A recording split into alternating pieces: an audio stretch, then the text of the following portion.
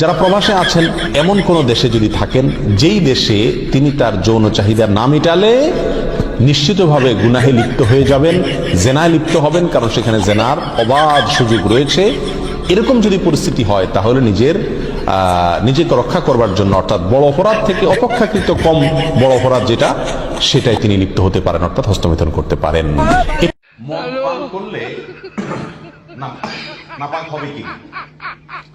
মদ পান করার সাথে নাপাক হওয়ার সম্পর্ক, আর মদ পান করার পর যদি তার সেন্স ঠিক থাকে তাহলে সালাত আদায় করতে পারবে। সালাম দিবেন, কবরবাসীকে কি দিবেন? সালাম দিবেন, এর বেশি আর কিচ্ছু নেই। সেখানে যাই এই সমস্ত দোয়া দুরুদ এটা পড়তে হবে, এই সমস্ত কোনো নিয়ম নাই। যাই হোক, কবরস্থানে যে কোনো কোরআন তেলাওয়াত করার দরকার, ওখানে কবর জিয়ারত করতে যাবেন মূলত আপনার নিজের স্বার্থে। সেটা কি? যাতে ওখানে গেলে আপনার মরণের কথা স্মরণ হয়। নবীজি শুরুর দিকে